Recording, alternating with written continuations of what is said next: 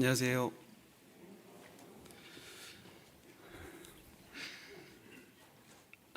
안산에 있는 동안에는 이 자리에 안 올라올 줄 알았는데 올라왔습니다.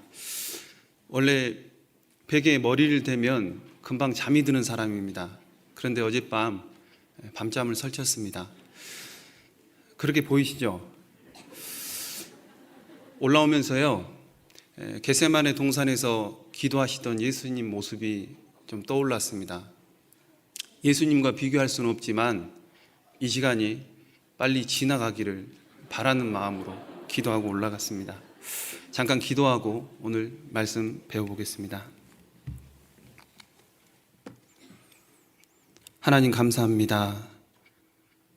하나님을 모르고 살아왔던 저희들에게 하나님의 말씀을 통해서 하나님의 살아계심을 알게 하시고 또 영원히 멸망받아 지옥 갈 수밖에 없었던 저희를 너무나 사랑하셔서 우리가 알지 못할 때 우리를 위해서 십자가에 피 흘려 죽으심으로 우리의 모든 죄를 영원히 사해 놓으신 그 사실을 알게 하시고 믿게 해주셔서 천국에 들어갈 수 있는 확실한 소망을 갖게 해주신 것 감사를 드립니다. 무엇보다 구원받은 이후에 거룩한 무리 가운데 거할 수 있도록 인도해 주심 또한 감사를 드립니다. 비록 우리가 이 세상 사는 동안에 여러 가지 어려움으로 인해서 힘들 때도 있지만 그 모든 어려움 가운데서 늘 우리를 구원하신 주님의 은혜를 생각하고 그 모든 어려움을 이길 수 있는 믿음을 더해 주시기를 부탁을 드립니다. 우리 안산교회 형제자매님들 오늘 말씀을 통해서 마음에 교훈을 해주시고 또 하나님을 위해 살고자 하는 마음, 또 영원한 것을 위해 살고자 하는 그 마음을 더욱더 불어넣어 주시기를 부탁을 드립니다. 마땅히 이 자리에 참석해야 되지만 오지 못한 형제자매님들 어디에 있든지 이 교제를 생각할 수 있도록 도와주시옵소서. 비록 모이는데 여러 가지 어려움은 있지만 이 가운데서도 하나님의 선한 뜻이 있음을 저희가 믿고 더욱더 하나님 바라보며 살 수 있도록 도와주시옵소서. 시작부터 마치는 시간까지 주 성령께서 함께해 주시기를 원하고 바라며 저희를 사랑하신 고마우신 예수님의 이름으로 기도드립니다. 아멘. 같이 로마서 1장을 보시겠습니다.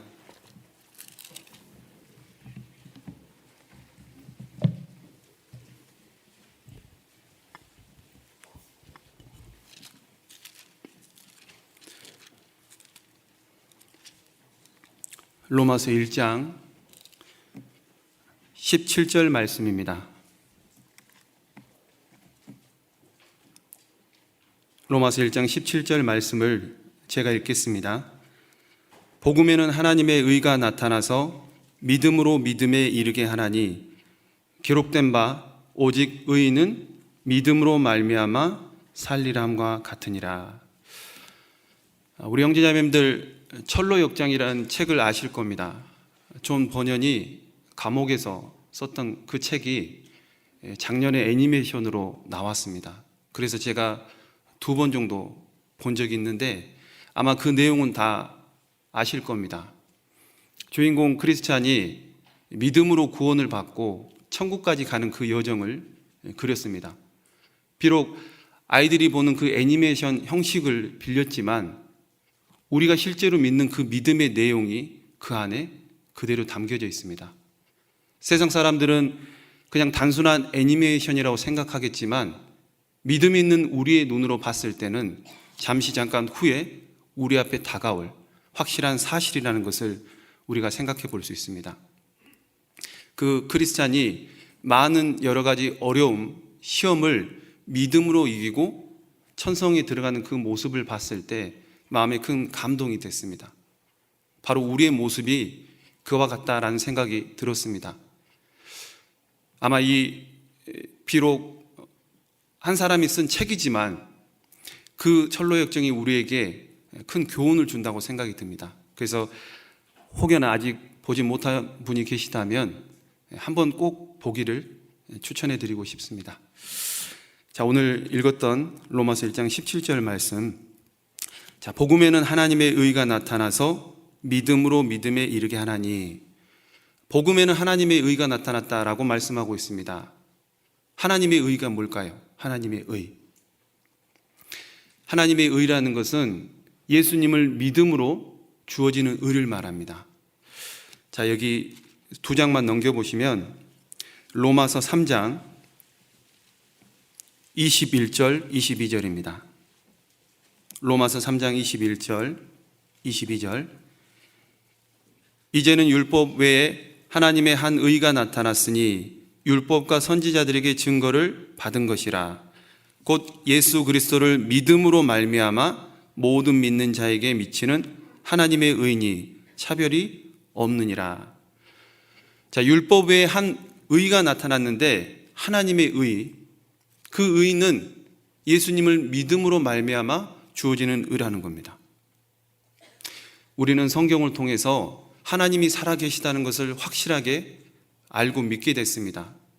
그리고 성경을 통해서 지옥 갈 죄인이라는 것도 알게 됐습니다.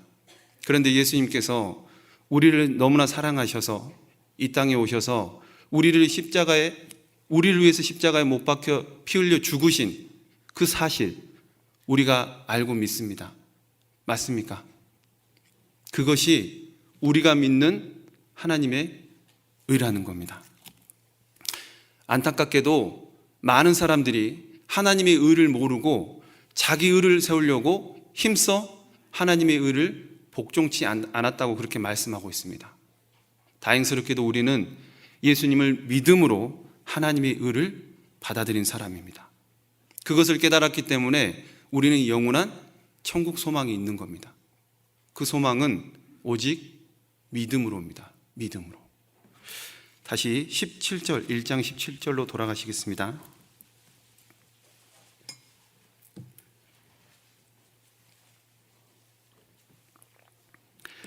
복음에는 하나님의 의가 나타나서 믿음으로 믿음에 이르게 하나니. 자, 믿음으로 믿음에 이르게 한다. 영혼 구원 받은 사람이 생활 구원을 이뤄간다라고 말씀하는 겁니다. 그래서 믿음으로 믿음에 이르게 한다는 것은 믿음으로 영혼 구원 받은 사람이 하나님을 믿는 믿음으로 이 세상을 살아가야 된다. 그런 의미입니다.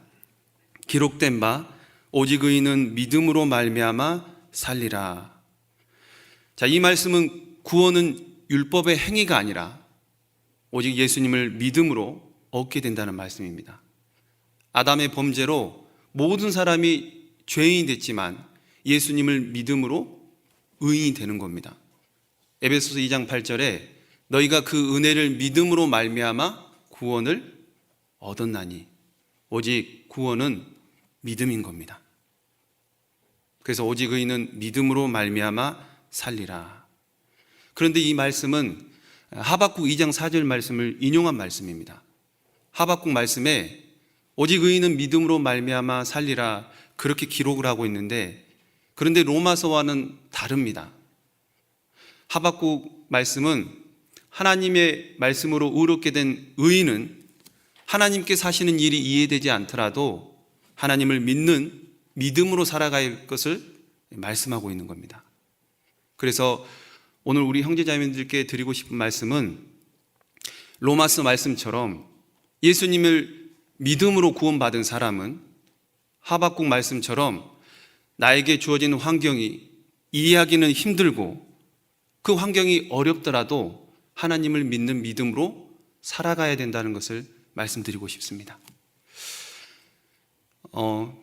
미국에 나이아가라라는 폭포가 있습니다. 거기에 이 블론딘이라는 사람이 줄타기를 하는데요. 이 블론딘이라는 사람은 줄타기 명수입니다.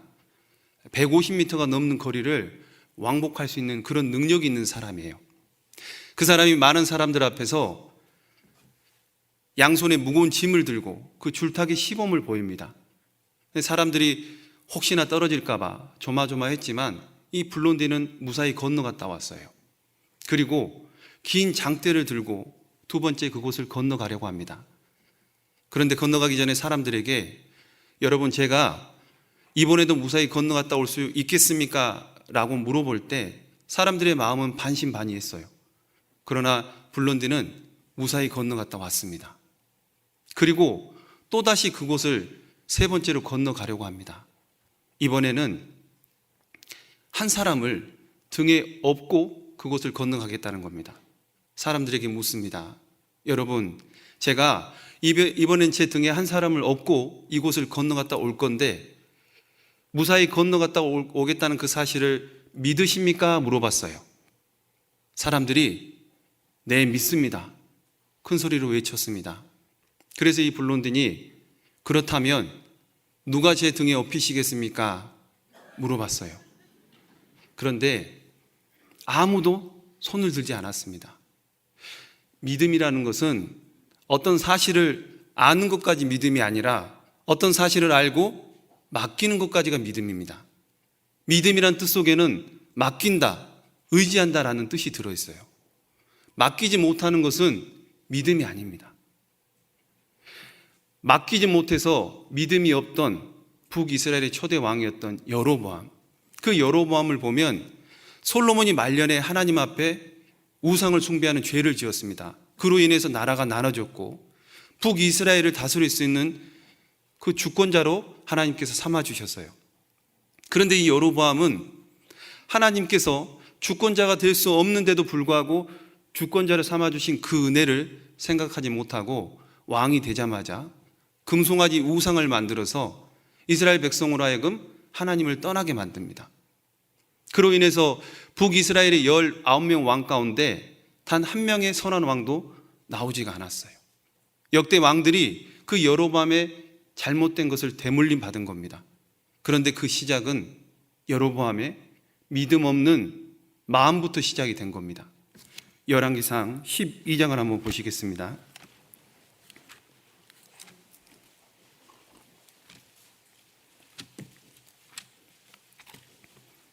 열왕기상 12장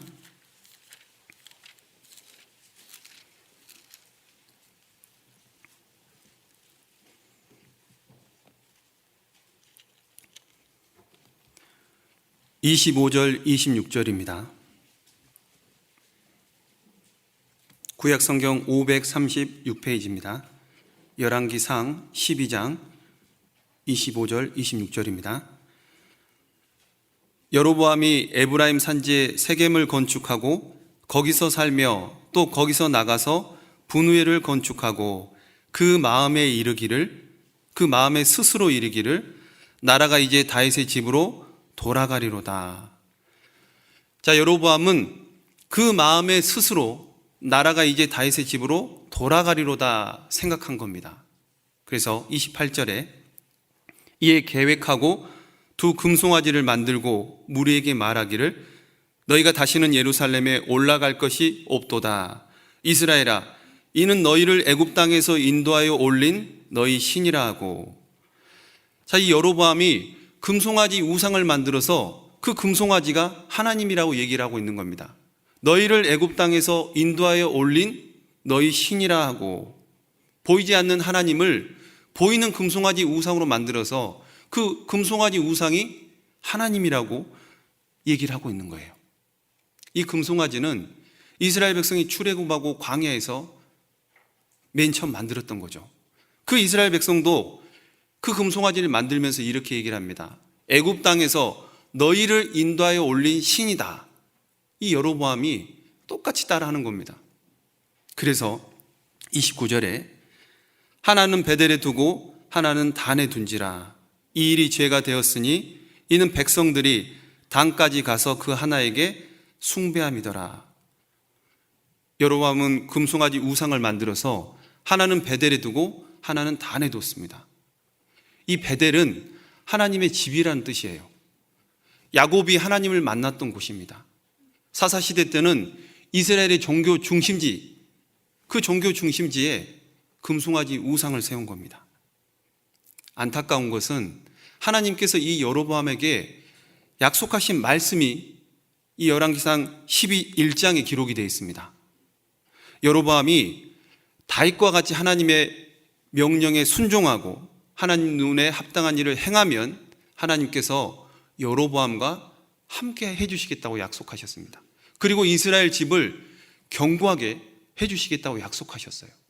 그런데 이 여로보암은 하나님의 약속된 말씀을 믿지 않았습니다. 왜 하나님의 약속된 말씀을 믿지 않고 금송아지 우상을 세웠을까요? 주변 환경을 봤기 때문입니다. 자, 27절입니다. 만일 이 백성이 예루살렘에 있는 여호와의 전에 제사를 드리고자 하여 올라가면 이 백성의 마음이 유다 왕 된 그 주 르호보암에게로 돌아가서 나를 죽이고 유다 왕 르호보암에게로 돌아가리로다 하고. 자, 이스라엘 백성이 해마다 예루살렘에 가서 하나님께 제사 드리는 그 모습을 보고 마치 자신을 배신할 거라 생각한 거예요. 믿음이 없었기 때문에. 만약에 여로보암에게 하나님을 믿는 믿음이 있었다면 어땠을까요? 기뻐했을 일입니다. 내 백성 이스라엘이 하나님을 잘 섬긴다고 오히려 기뻐하고 하나님을 찬양했어야 돼요. 그런데 이 여로보암은 믿음이 없었기 때문에 자신을 배신할 거라 생각한 거죠. 이처럼 믿음 없는 사람은 그 보이는 주변 환경에 따라 마음이 흔들릴 수 있는 겁니다. 형제자매님들, 부부 사이에 중요한 것이 무엇이라고 생각합니까? 물질, 자녀, 자존심, 아니면 기싸움? 죄송합니다. 사랑입니다. 부부 사이에 중요한 것은 사랑입니다. 사랑. 서로 사랑한다는 표현을 많이 했으면 좋겠습니다. 그런데 그 사랑을 지키기 위해서 필요한 것이 믿음인 겁니다. 서로에 대한 믿음이 없다면 그 사랑은 깨질 수밖에 없죠. 그래서 사랑을 연결하는 고리가 바로 믿음입니다. 만약에 두 사람에 대한 믿음이 없다면 사랑은 흔들릴 수밖에 없습니다. 그것처럼 우리가 하나님에 대한 믿음이 없다면 얼마든지 보이는 환경으로 인해서 마음이 흔들릴 수가 있어요. 여로보암은 하나님에 대한 믿음이 없었습니다. 그런데 예수님 제자 가운데 베드로도 그런 적이 있습니다.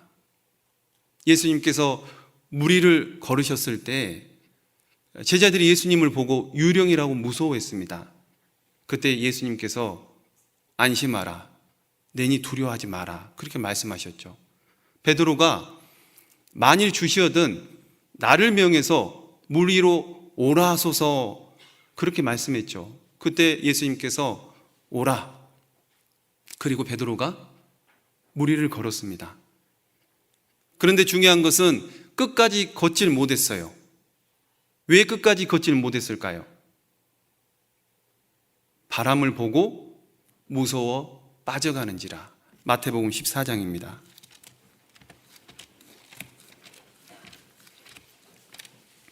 마태복음 14장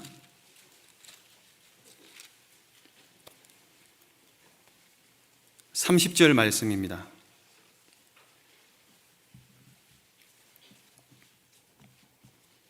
마태복음 14장 30절.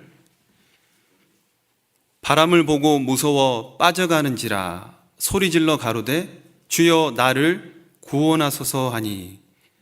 자, 베드로는 바람을 보고 무서워했습니다. 왜 바람을 보고 무서워했을까요? 주변 환경인 바람을 봤기 때문에 예수님을 보지 못한 겁니다. 예수님을 잊어버린 거예요. 결과적으로 예수님을 믿지 못하게 된 겁니다. 31절입니다. 예수께서 즉시 손을 내밀어 가라사대 믿음이 적은 자여 왜 의심하였느냐. 믿음이 적은 자여 왜 의심하였느냐. 베드로는 바람이라는 환경 때문에 예수님을 믿지 못했습니다. 주변 환경 때문에 예수님을 바라보지 못한 겁니다. 그 결과 물속에 빠지게 된 거죠. 우리도 우리에게 주어진 환경, 그 어려운 상황에 부딪히면 예수님을 보지 못하고 예수님을 잊어버립니다. 그래서 낭망하고 낙심의 바다에 빠지는 거예요. 한번 생각해 보죠. 이 세상에서 우리가 받은 예수님의 그 사랑, 그 예수님의 은혜보다 더 큰 것 있을까요? 없습니다. 아무리 어렵고 힘든 고난이라도 예수님의 사랑보다 더 클 수는 없어요. 그런데 마치 나에게 주어진 이 어려움이 이 세상에서 가장 큰 것처럼 힘들어하고 괴로워합니다. 왜 그럴까요? 내 믿음이 없기 때문입니다. 믿음이 없으면요, 가장 먼저 하는 게 걱정합니다. 염려하는 거예요. 걱정하고 염려하는 것은 믿음 없는 사람이 하는 겁니다. 마태복음 6장에 보면 예수님께서 걱정하고 염려하는 사람들에게 믿음이 적은 자들아, 왜 염려하냐고 말씀하는 겁니다. 무엇을 먹을까? 무엇을 마실까? 무엇을 입을까? 믿음이 없는 사람은 걱정하고 염려합니다. 공중의 새도 하나님이 기르시고 들풀도 하나님이 입히시거늘 하물며 너희일까 보냐, 믿음이 적은 자들아. 예수님께서 그렇게 말씀하셨습니다. 염려하지 말라고 말씀하셨어요. 염려는 어떻게 해야 될까요? 염려는 맡겨야 됩니다. 베드로전서 5장에 보면 너희 염려를 다 주께 맡겨버리라. 염려는 내가 갖고 있으면 힘들어져요. 그래서 하나님께 맡기는 겁니다. 믿음 있는 사람은 보이는 환경 때문에 염려하지 않습니다. 어려울 때 더욱더 예수님을 바라보는 것, 그것이 바로 믿음인 겁니다. 1층 로비에 가시면 벽에요, 이만큼 큰 원으로 된 대리석이 있습니다. 혹시 보셨습니까? 거기에 보면 십자가가 새겨져 있어요. 그리고 5사람이 그 십자가를 바라보고 있습니다. 그 위에 로마서 12장 2절 말씀이 기록되어 있습니다. 믿음의 주요 온전케 하신 이인 예수를 바라보자. 믿음의 주요 온전케 하신 예수, 믿음의 시작이고 믿음의 끝인 그 예수님을 바라보라는 겁니다. 우리가 예수님을 눈으로 볼 수는 없습니다. 그러나 믿음의 눈으로 바라볼 수는 있어요. 어려울 때 내 환경, 내 처지만 보지 마시고 어려울수록 예수님을 바라보는 그 믿음을 가지셔야 됩니다.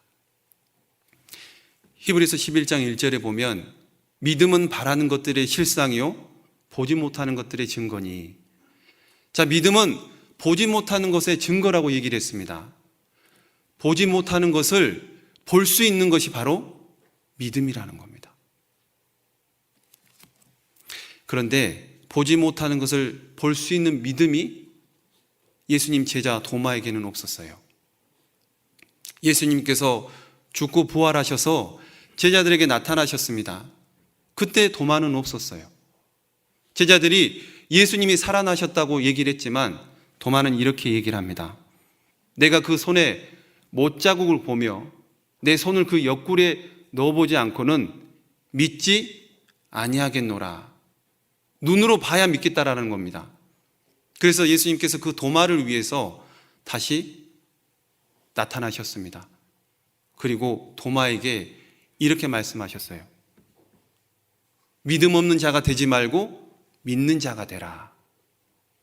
요한복음 20장입니다.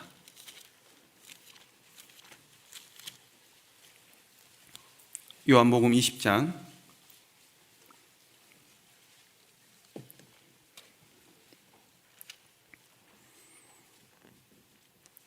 27절 말씀입니다.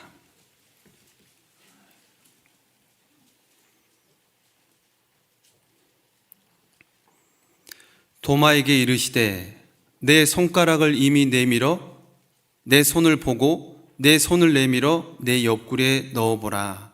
그리하고 믿음 없는 자가 되지 말고 믿는 자가 되라. 예수님께서 도마에게 손가락을 직접 내밀어 보고 손을 보라고 말씀하셨습니다. 옆구리에 넣어보라 했습니다. 도마가 했던 그 말 그대로. 그리고 믿음 없는 자가 되지 말고 믿는 자가 되라. 도마는 부활하신 예수님을 직접 눈으로 봤습니다. 그리고 28절에 이렇게 얘기를 하죠. 도마가 대답하여 가로되 나의 주시며 나의 하나님이시니이다. 도마는 예수님을 보고 난 후에 예수님을 구세주로, 하나님으로 인정하게 됩니다. 29절입니다. 좀 불편하시겠지만 29절은 같이 읽어보겠습니다. 예수께서 가라사대 너는 나를 본고로 믿느냐? 보지 못하고 믿는 자들은 복되도다 하시니라. 자, 예수님께서 도마의 믿음을 책망하시면서 보지 못하고 믿는 사람들이 복되도다 말씀하셨습니다. 그렇다면 한번 생각해 보죠. 과연 보지 못하고 믿는 사람들이 누굴까요? 우리 중에 예수님을 보신 분이 있습니까? 우리 중에 하나님을 눈으로 보신 분이 있어요. 우리는 보지 못한 예수님을, 보지 못한 하나님을 믿음의 눈으로 봤습니다. 믿음이라는 것은 보지 못하는 것을 볼 수 있게 해주는 겁니다. 예수님께서 우리에게서 그런 믿음을 보시기를 원하는 겁니다. 예수님은 이 땅에 오셔서 많은 병든 자 고쳐주셨습니다. 죽은 자를 살려주시고 소경에 눈을 떠주시고 귀머울의 길을 열어주셨습니다. 많은 이적을 행하시고 특히 병든 자를 고치실 때 예수님은 그들의 믿음을 보고 고쳐주셨어요. 그런 말씀이 성경에 많이 기록되어 있는데 마태복음 9장에 보면 12년간 혈루증을 앓았던 여인이 있습니다. 이 여인은 어떤 믿음이 있었냐면 예수님의 겉옷만 만져도 이 병이 낫겠다라는 믿음이 있었어요. 그리고 실제로 예수님의 겉옷을 만졌습니다. 예수님이 그 여자를 향해서 여자여 내 믿음이 너를 구원하였다. 그 여자의 믿음이 구원했다라고 말씀했습니다. 분명 예수님의 능력을 통해서 그 여자의 병이 나았지만 그 병이 나은 것은 여자의 믿음이 있었다는 겁니다. 그 여자의 믿음.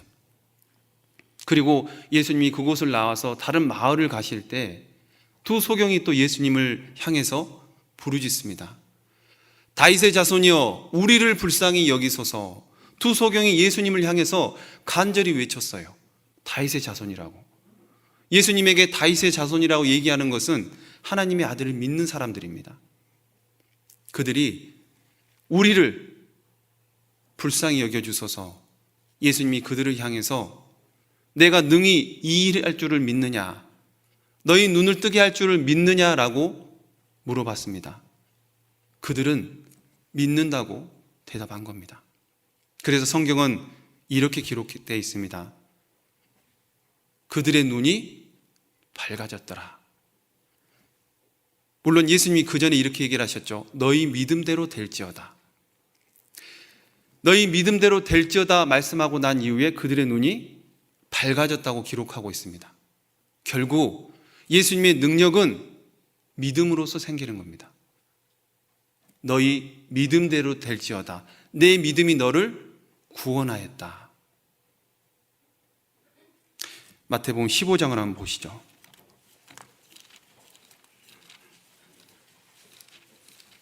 마태복음 15장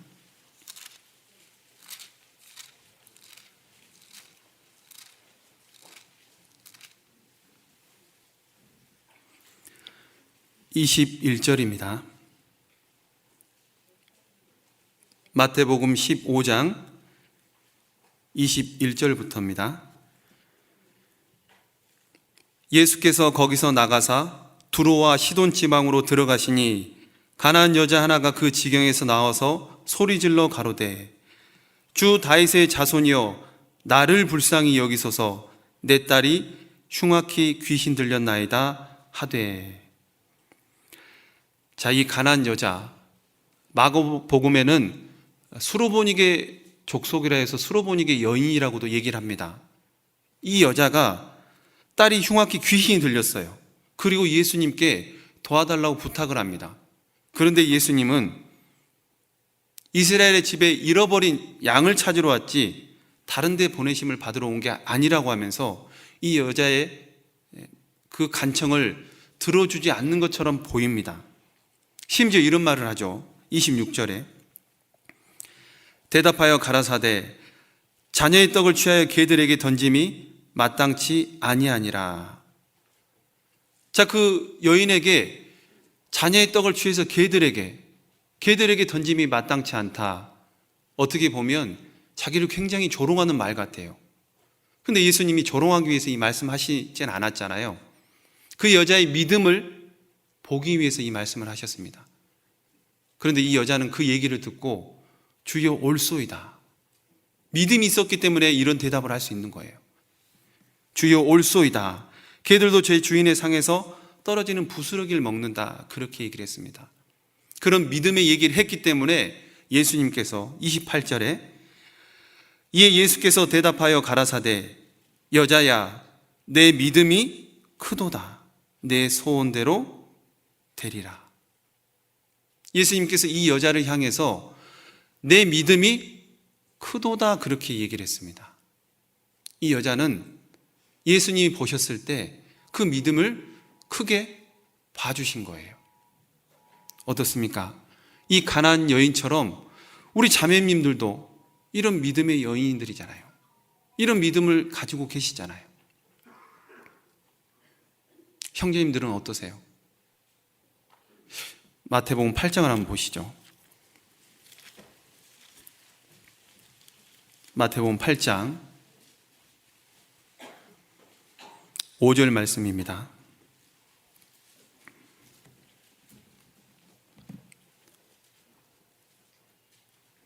8장 5절부터 제가 읽겠습니다. 예수께서 가버나움에 들어가시니 한 백부장이 나와 간구하여 가로되 주여 내 하인이 중풍병으로 집에 누워 몹시 괴로워하나이다. 자, 가버나움에 사는 백부장, 이 백부장의 가족도 아니고 자기 하인입니다. 하인이 중풍병으로 누워 있어요. 그래서 예수님께 도움을 구합니다. 그런데 예수님께서 이 사람의 도움을 듣고 이렇게 얘기를 하죠. 7절에 보시면 가라사대 내가 가서 고쳐주리라. 예수님이 왜 이 말씀을 하셨냐면 그 다음에 백부장이 무슨 말을 할지를 알고 계셨어요. 내가 가서 고쳐주리라 했을 때 백부장은 그리하지 마옵소서. 내 휘하에도 100명의 사람이 있는데 이 사람보다 이리 오라 하면 이리 오고 저리 가라 하면 저리 가는데 내가 감히 어떻게 예수님을 내 집에 오라 할 수 있냐? 감당할 수 없다는 겁니다. 그 백부장의 믿음을 보고 예수님께서 이렇게 얘기를 하시죠. 10절 말씀입니다. 예수께서 들으시고 기이 여겨 좇는 자들에게 이르시되 내가 진실로 너희에게 이르노니 이스라엘 중 아무에게서도 이만한 믿음을 만나보지 못하였노라. 이스라엘 중에서 이만한 믿음을 만나보지 못했다라고 했습니다. 이 성경을 잘 보셔야 돼요. 이만한 사람이 아닙니다. 이만한 믿음을 만나보지 못했다라고 말씀하고 있습니다. 이 백부장은 예수님을 정말 예수님답게 대접한 사람입니다. 이 백부장처럼 우리 형제님들의 믿음이 이 백부장의 믿음이 됐으면 좋겠습니다. 그런데 바로 이 마태복음 같은 장 뒤에 보면 제자들의 믿음이 나와요. 제자들의 믿음은 예수님께 책망을 받았습니다. 예수님께서 고물을 베개 삼아 누워서 주무시는데 바다에 큰 놀이 일어났어요. 배가 뒤집힐 것 같습니다. 잠길 것 같아요. 그때 제자들이 예수님, 우리가 죽게 됐습니다. 우리 좀 살려주세요. 그때 예수님께서 어찌하여 무서워하느냐 라고 하시면서 믿음이 적은 자들아 그렇게 책망하셨습니다. 자, 한 장 넘겨보시면 26절입니다.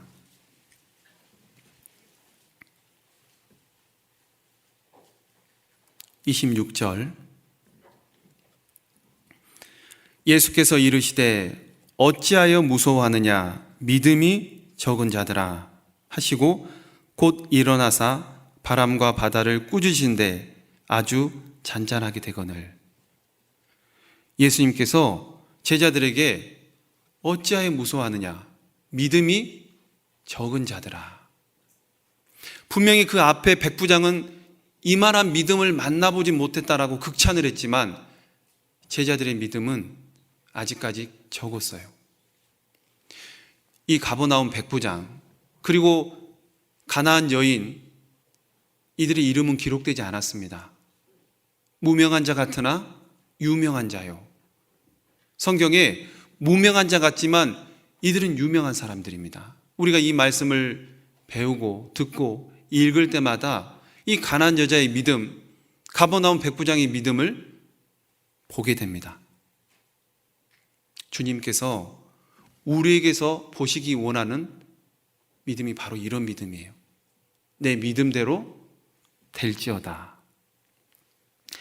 예수님께서 많은 능력, 병 고치는 그 권능을 제자들에게도 주셨어요. 마태복음 10장에 보면. 그런데 예수님이 그 권능을 받고 제자들이 실제로 병든 자 고치고 소경의 눈을 뜨게 하고 많은 이적을 행했습니다. 그런데 한 아버지에게 아들이 있는데 그 귀신 들려서 자주 불에도 넘어지고 물에도 넘어집니다. 그런데 그 귀신을 제자들이 쫓아내지 못했어요. 예수님께서 그 귀신을 쫓아내줬습니다. 그리고 나서 제자들이 예수님께 묻습니다. 예수님, 우리는 왜 그 귀신을 쫓아내지 못했습니까? 라고 물어봤을 때 예수님이 하신 말씀이 너희 믿음이 적은 영혼이라. 제자들이 믿음이 적다고 말씀을 하셨습니다. 그게 마태복음 17장에 기록된 말씀입니다. 그런데 이 동일한 말씀이 마가복음 9장에도 기록이 되어 있어요. 마가복음 9장에는 이 아버지의 믿음 없는 것을 책망하십니다. 마가복음 9장을 한번 보시겠습니다.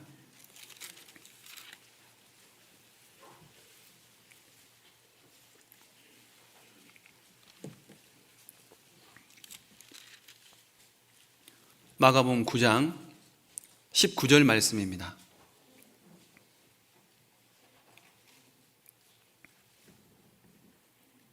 마가복음 9장 19절부터 제가 읽겠습니다.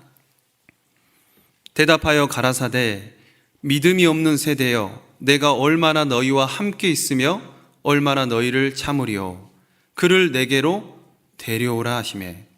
22절입니다. 귀신이 저를 죽이려고 불가물에 자주 던졌나이다. 그러나 무엇을 하실 수 있거든 우리를 불쌍히 여기사 도와주옵소서. 자, 여기 보시면 무엇을 하실 수 있거든, 이게 믿음 있는 말일까요? 무엇을 하실 수 있으면 해주시고 하실 수 없으면 어쩔 수 없습니다. 이건 믿음 있는 말이 아닙니다. 그래서 예수님께서 23절에 예수께서 이르시되 할 수 있거든이 무슨 말이냐? 믿는 자에게는 능치 못할 일이 없느니라 하시니. 자, 믿음이 없으면 하나님의 도우심을 받기가 어렵습니다. 우리도 이 아버지의 모습처럼 믿음 없이 행할 때가 있잖아요. 그러나 이 아버지는 예수님의 책망을 듣고 이렇게 얘기를 합니다. 24절. 곧 그 아이의 아비가 소리를 질러 가로되 내가 믿나이다. 나의 믿음 없는 것을 도와주소서. 내가 믿나이다. 나의 믿음 없는 것을 도와주소서. 우리도 이 아버지처럼 예수님께 믿음 없는 것을 고백해야 됩니다. 그리고 도와달라고 기도해야 돼요. 우리가 믿음 없이 행할 때 이 아버지처럼 기도해야 됩니다.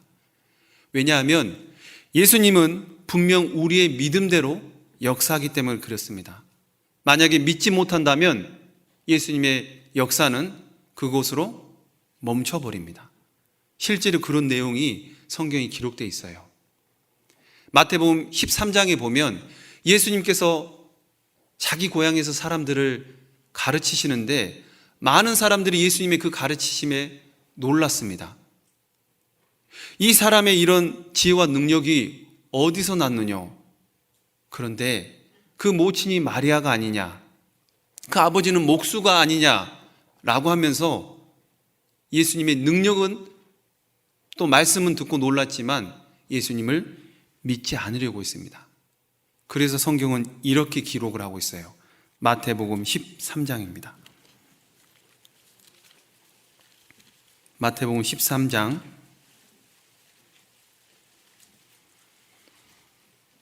58절 말씀입니다.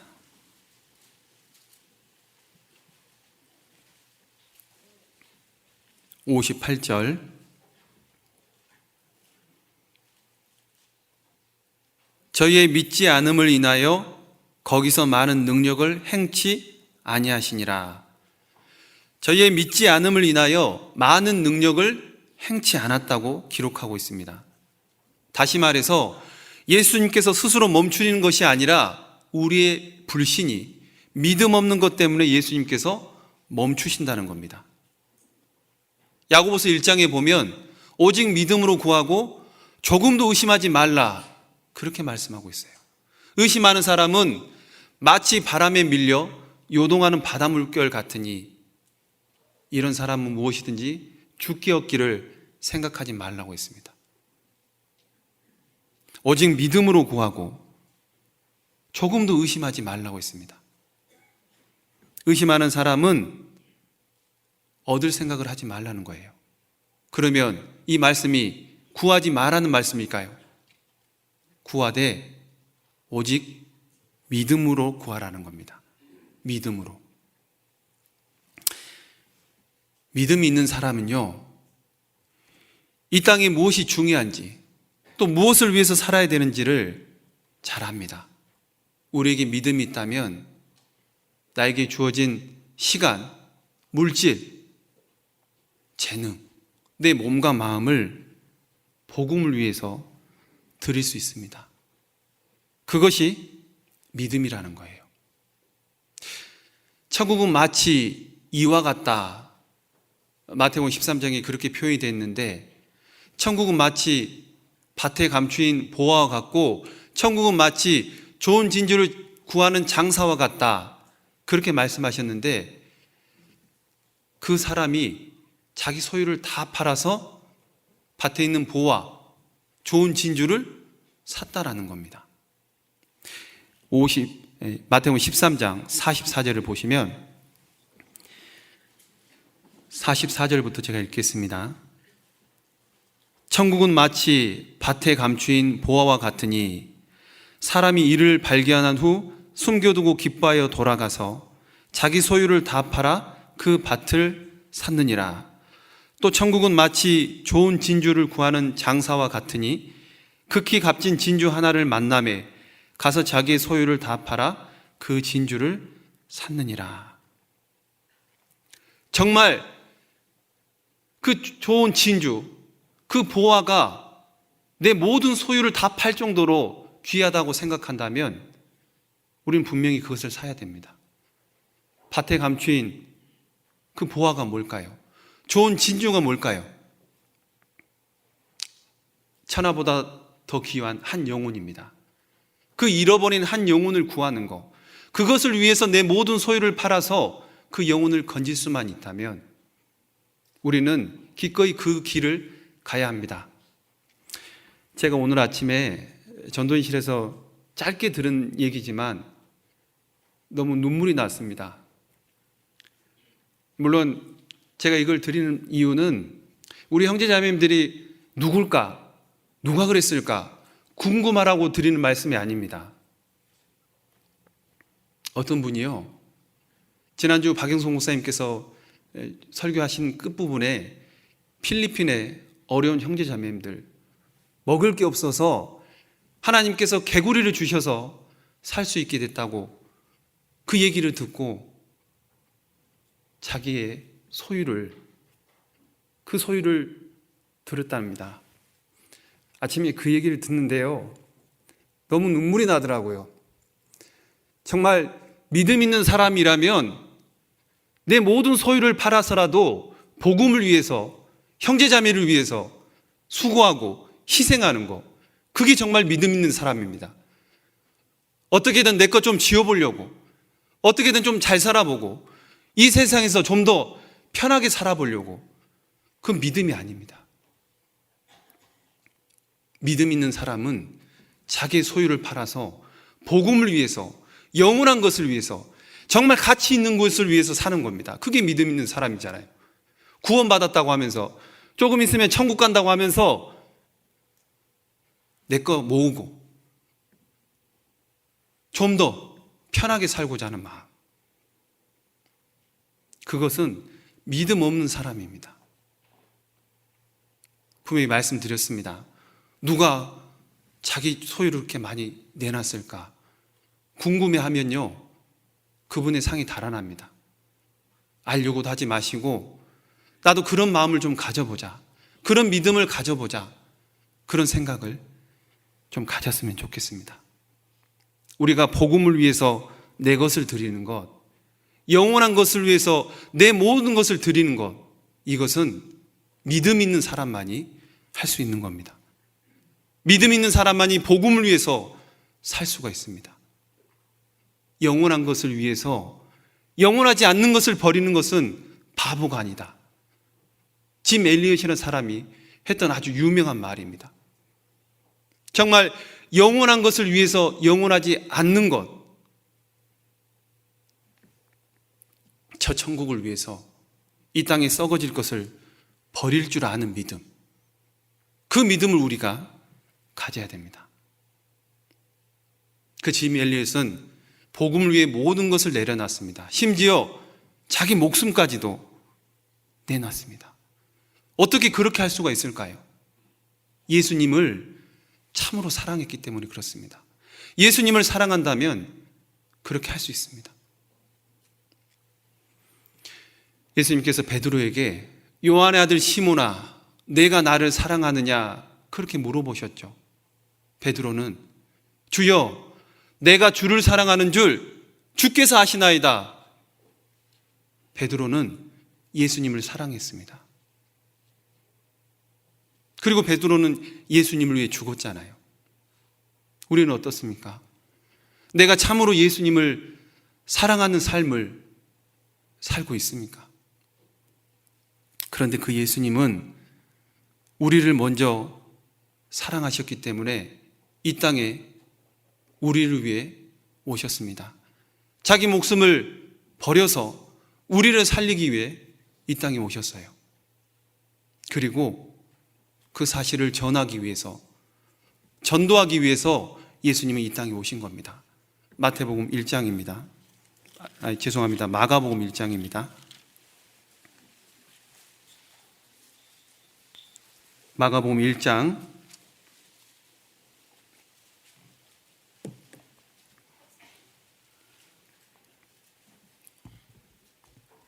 38절 말씀입니다.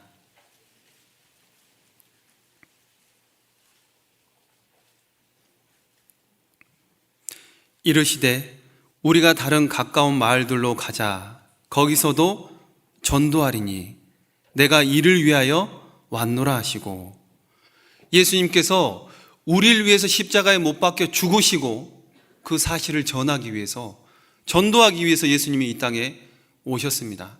그리고 예수님은 부지런히 이 마을 저 마을 다니시면서 전도하셨습니다. 그리고 그 예수님이 부활 승천하셔서 지금 하나님 우편에 앉아 계십니다. 이 땅에 더 이상 예수님은 없어요. 그러면 예수님이 하셨던 그 전도 이제 누가 해야 될까요? 그래서 우리에게 맡기신 사명이 이 전도입니다. 디도서 1장에 보면 이 전도는 우리 구주 명대로 내게 맡기신 것이라, 우리에게 맡기신 것이 전도라는 겁니다. 우리 맡겼기 때문에 내가 하고 싶으면 하고, 하고 싶지만 하지 않는 그런 선택할 수 있는 게 아닙니다. 우리는 전해야 돼요. 왜냐하면 우리의 말 한마디가 죽은 영혼을 살립니다. 아무나 할 수 있는 게 아니죠. 복음의 사실을 깨닫는 우리만이 그 죽은 영혼을 살릴 수 있는 능력이 있는 거예요. 예수님께서 베드로에게 그랬죠.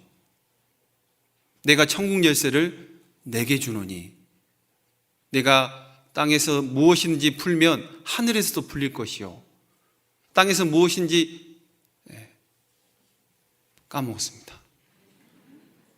내가 땅에서 무엇인지 풀면 하늘에서도 풀리고 땅에서도 무엇인지 매면 하늘에서도 매일 것이다. 왜 이 말씀을 하셨냐면 예수님께서 사람들에게 물어봅니다. 사람들이 인자를 누구라고 얘기하냐고. 그런데 더러는 세례 요한, 더러는 엘리야, 어떤 이는 예레미야나 선지자 중에 하나라고 합니다. 그때 너희는 나를 누구라고 하느냐? 베드로가 대답한 거예요. 주는 그리스도시요 살아계신 하나님의 아들이시니다 라고 고백을 합니다. 그래서 예수님께서 내가 천국 열쇠를 내게 주노니. 어떻습니까? 우리도 베드로처럼 고백할 수 있잖아요.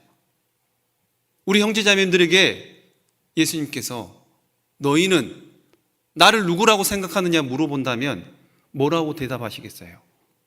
우리도 베드로처럼 대답하지 않겠습니까?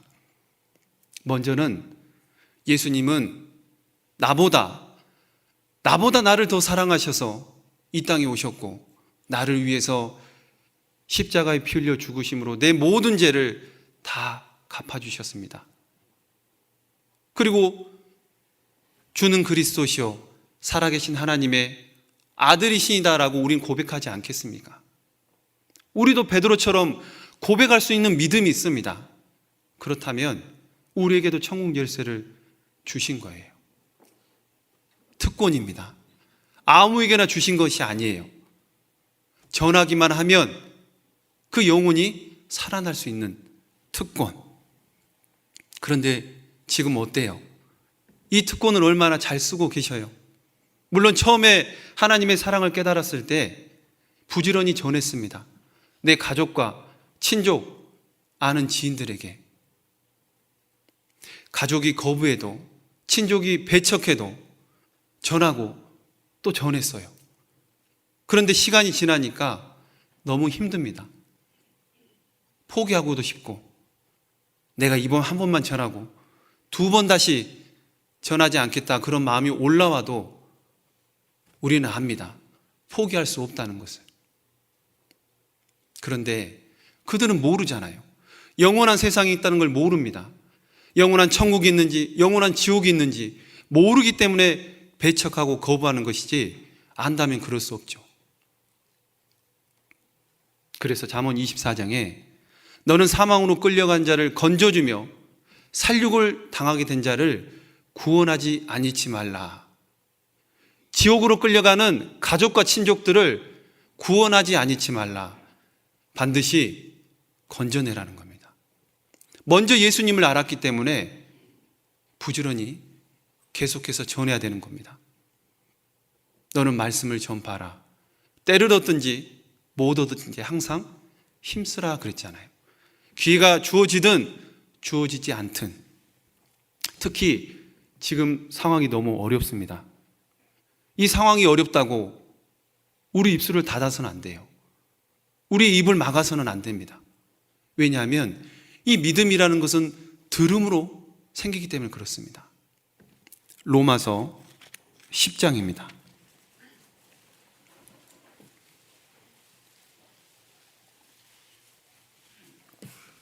로마서 10장 14절 말씀입니다.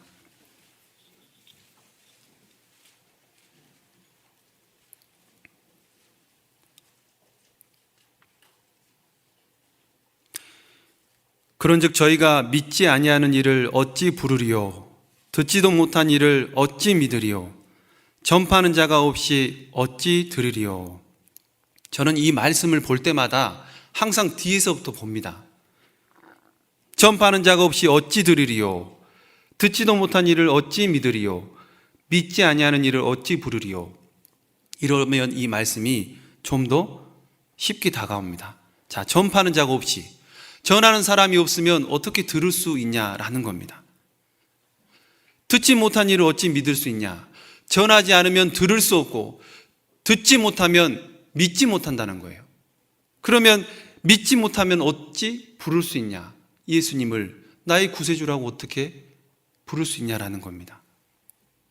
그래서 결국 믿지 못하는 것은 듣지 못한 거고, 듣지 못한 것은 전하지 않았기 때문에 믿을 수 없는 결론에 달합니다.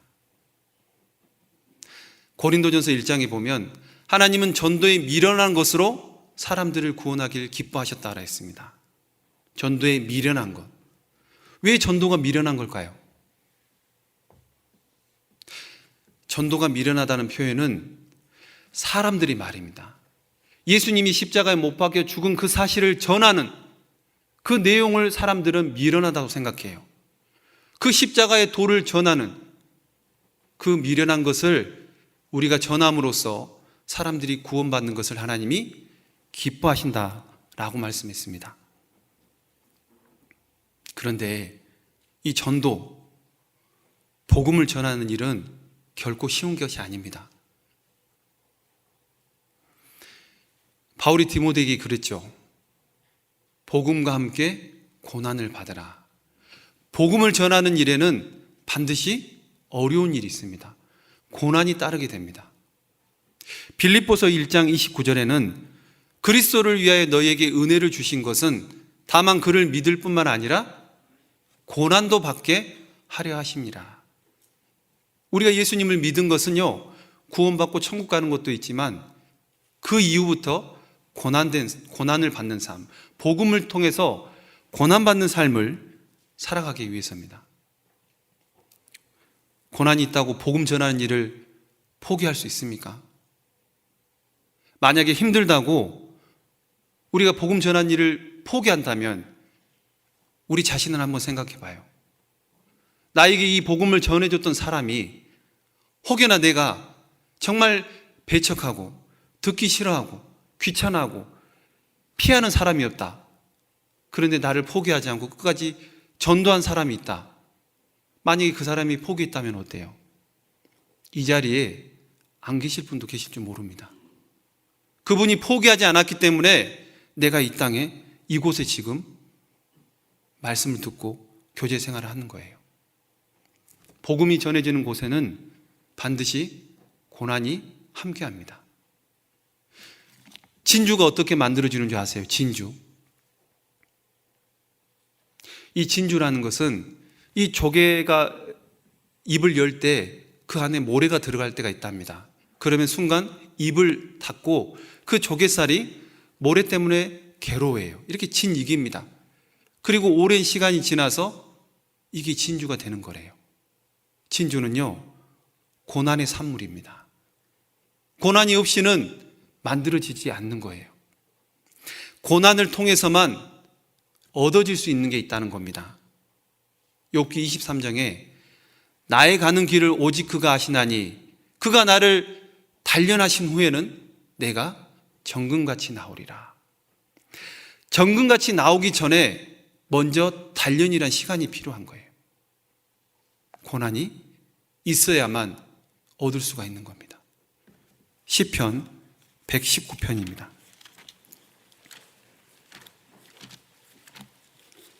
시편 119편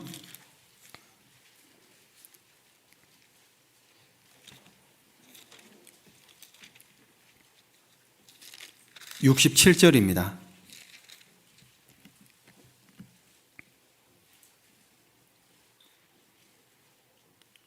구약성경 891페이지입니다. 시편 119편 67절. 고난당하기 전에는 내가 그릇 행하였더니 이제 주의 말씀을 지키나이다. 자, 고난을 통과했기 때문에 주의 말씀을 지키게 됐다는 겁니다. 고난당하기 전에는요, 그릇 행했다는 거예요. 고난이 찾아오기 전에는 내 마음대로 살았다는 겁니다. 내 편한 대로, 내 육신이 요구하는 대로. 그런데 고난이 오고 이제 주의 말씀을 지키게 됐다는 거예요. 71절입니다. 고난당한 것이 내게 유익이라. 이로 인하여 내가 주의 율례를 배우게 되었나이다. 이 고난을 통해서 주의 율례, 주의 말씀을 배우게 됐다는 겁니다. 고난이 찾아왔을 때 그때 하나님을 제대로 의지하게 됩니다. 그런데 안타까운 것은 구원받은 사람이 복음을 통한 이 고난을 받는 삶보다 잠시 후에 사라지고 없어질 이 세상에 썩어질 것에 주목한다는 겁니다. 예수님의 그 크신 사랑을, 그 놀라운 사랑을 깨달은 사람이 세상에 속한 사람처럼 자기 기쁨과 자기 즐거움을 위해서 살아간다는 겁니다. 자기를 위해 살아가는 사람은 믿음이 없는 사람이에요. 교회가 어렵고 형제 자매님들이 힘든데 무관심하다면 자기를 위해 사는 사람입니다.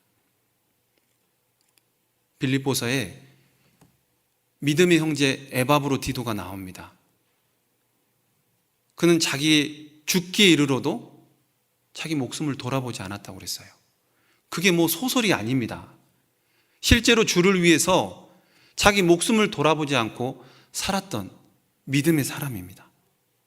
바울도, 베드로도 자기 기쁨을 산 게 아니라 오직 주님을 위해서 살았던 사람입니다.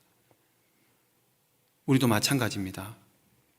내 즐거움과 내 기쁨을 누리고자 지금 이 땅에 남아있는 게 아니잖아요.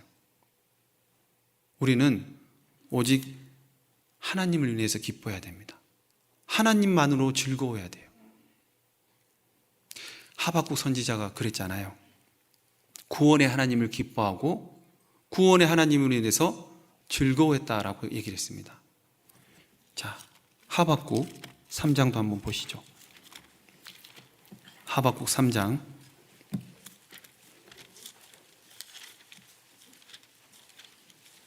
구약성경 1304페이지입니다. 하박국 3장 17절 제가 읽겠습니다. 구약성경 1304페이지입니다.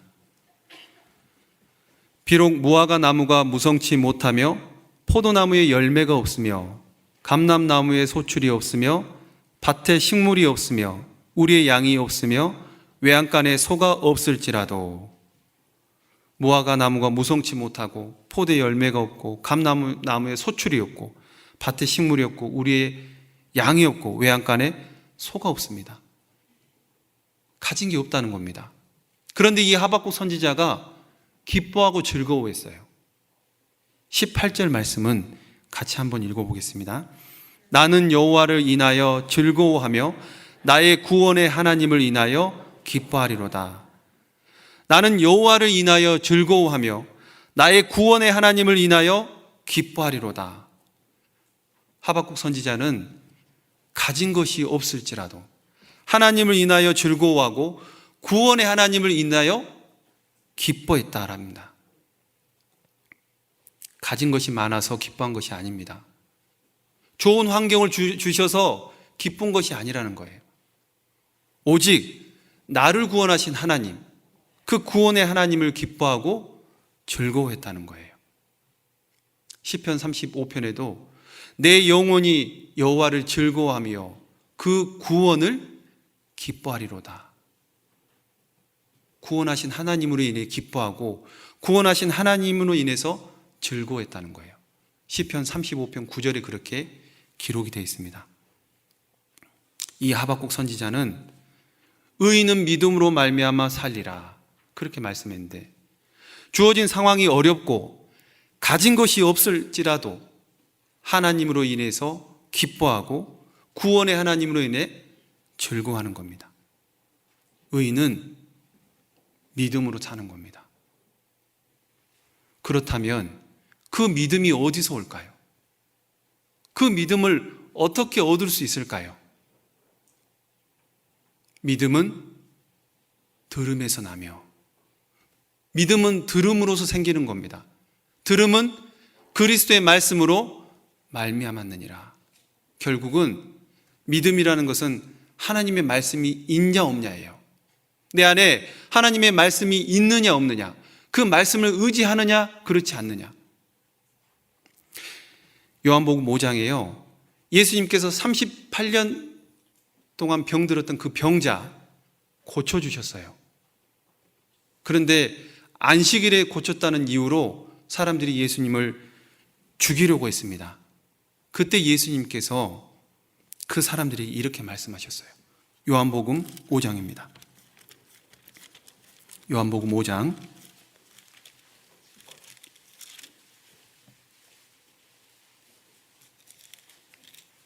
38절입니다.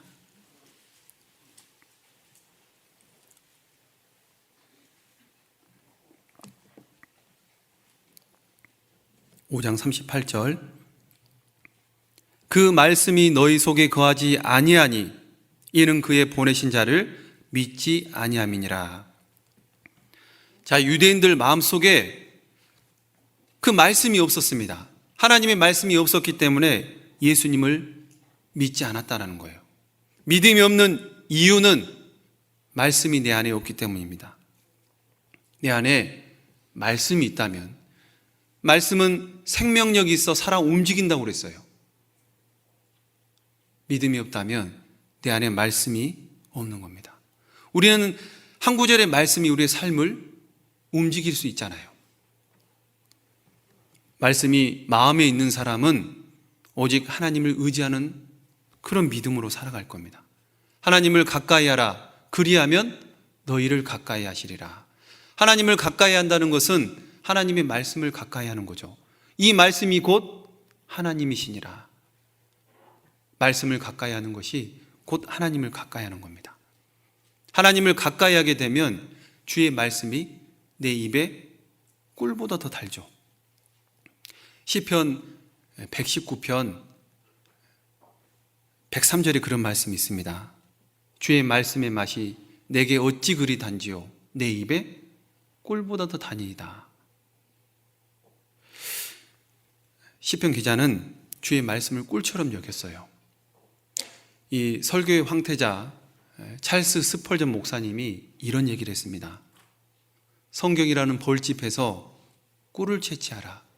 그리고 그 달콤함을 누리라. 성경이라는 벌집에서 꿀을 채취해서 그 달콤함을 누리라는 겁니다. 이 말씀을 가까이 하는 사람은 그 달콤함을 누릴 수가 있다는 거예요. 말씀이 꿀처럼 단 적이 있었습니까? 제 생각보다 시간이 좀 빨리 가서요. 제가 군대에 있었던 얘기 하나만 해드리겠습니다. 제가 99년도에 군대를 갔습니다. 5월에 입대를 해서 논산훈련소에서 훈련을 받는데 저는 빨리 군대 가고 싶었어요. IMF 시대라 군대 가는 길만이 살 길이다. 그리고 들어갔는데 생각보다 힘들더라고요. 그 환경들이 뭐 욕하고 뭐 좀 소위 말하는 개념 없는 그런 행동들하고 말하고 그 모든 것들을 참을 수밖에 없었습니다.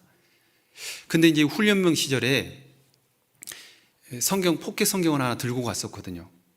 이거를 어떻게든 읽어야겠다. 근데 막상 훈련이 고되다 보니까 피곤한 거예요. 처음에는 이불 속에 들어가서 기도를 하는데 무릎 꿇었다가 누웠다가 잠이 들었다가 기도하다 잠들고 막 그랬었던 것 같습니다. 그런데 이 포켓 성경을 내 몸 안에서는 눈치가 보여서 못 보겠어요. 그래서 한 번은 그 생각을 했습니다. 그때 당시에 화장실을 가게 되면요, 이제 우리가 소위 좀 편하게 얘기하죠. 큰 거, 작은 거. 1번은 큰 거고 2번은 작은 거. 근데 이제 작은 거 보러 갈 때는 1분 안에 와야 돼요.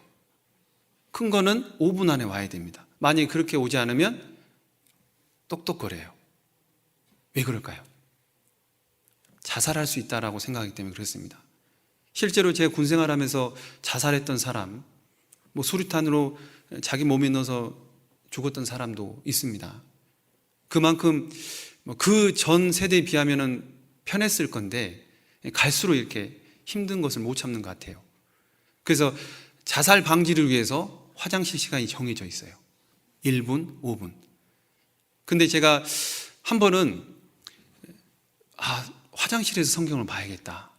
그 생각을 하고 볼일 보고 싶어서 하는 게 아니라 성경 보기 위해서 그 5분 동안 그래서 성경을 딱 앉아서 보는데 너무나 꿀 같았어요. 너무나 달콤했습니다. 왜냐하면 그 복음서, 포켓 성경 복음서밖에 없거든요. 시편하고. 근데 이제 복음서를 쭉 읽는 가운데 예수님이 제자들 데리고 이 마을 저 마을 가시면서 말씀 전하시고 하는데요, 저도 모르게 그 맨 끝에 제자들 따라서 저도 예수님 말씀 들으러 가는 그 상상이 딱 되니까요, 너무나 행복한 겁니다. 저도 모르게 이 표현은 그렇지만 빠질 뻔했어요. 너무 그 심취해가지고. 근데 딱 성경을 덮고 나니까 군대구나, 그 생각에 그 짧은 행복감이 사라지긴 했지만 그때 그 달콤함, 지금 성경을 아무리 봐도요 그런 달콤함을 누릴 수가 없어요. 근데 우리 형제자매님들 정말 어렵고 힘들 때요, 이 성경을 붙잡아 보면 꿀처럼 달 때가 있어요. 너무나 행복할 때가 있습니다. 그 말씀을 그렇게 내 안에 담아놨을 때 우리는 정말 말씀이 얼마나 귀하고 소중한지 그걸 깨닫게 될 겁니다. 그래서 하나님의 말씀을 가까이 하는 사람은 분명 어떤 상황과 환경 속에서도 하나님을 믿는 믿음으로 살아갈 겁니다. 그리고 우리가 이 땅에 남아있는 목적을 분명하게 할 겁니다. 우리가 이 땅에 남아있는 목적이 뭔가요? 복음을 전하는 거잖아요. 복음을 전하기 위해서 말씀을 듣고 교제하고 봉사하는 겁니다. 우리가 잘못하면 말씀 듣고 교제하고 봉사하는 거, 이거 잘하면 신앙생활 잘한다고 생각할 수 있습니다. 그것은 전도를 위해서 하는 거예요.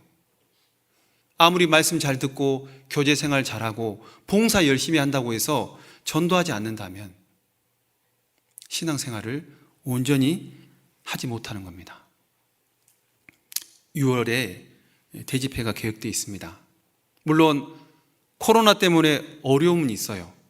그런데 원래 복음 전할 때 원래 어렵습니다.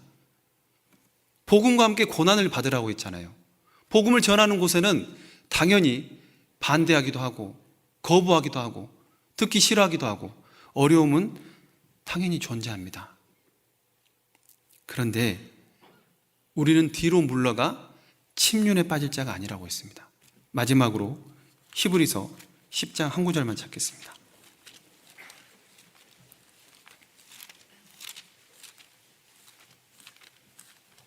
히브리서 10장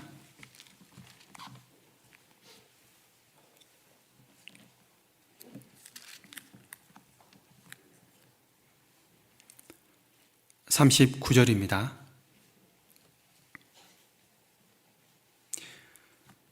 38절부터 제가 읽겠습니다. 오직 나의 의인은 믿음으로 말미암아 살리라. 또한 뒤로 물러가면 내 마음이 저를 기뻐하지 아니하리라 하셨느니라. 39절은 같이 읽겠습니다. 우리는 뒤로 물러가 침륜에 빠질 자가 아니요 오직 영혼을 구원함에 이르는 믿음을 가진 자니라. 자, 우리는 뒤로 물러가 침륜에 빠질 자가 아니라고 했습니다. 우리는 영혼을 구원함에 이르는 믿음을 가진 사람입니다. 코로나 때문에 전도하기 어렵다고 뒤로 물러가지 마시고 우리는 영혼을 구원함에 이르는 믿음을 가진 사람이라는 것을 잊지 않았으면 좋겠습니다. 아시겠죠?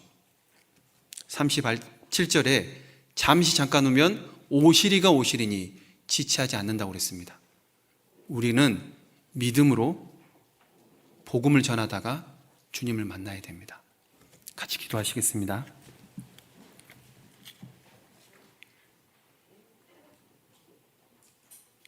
하나님 감사합니다.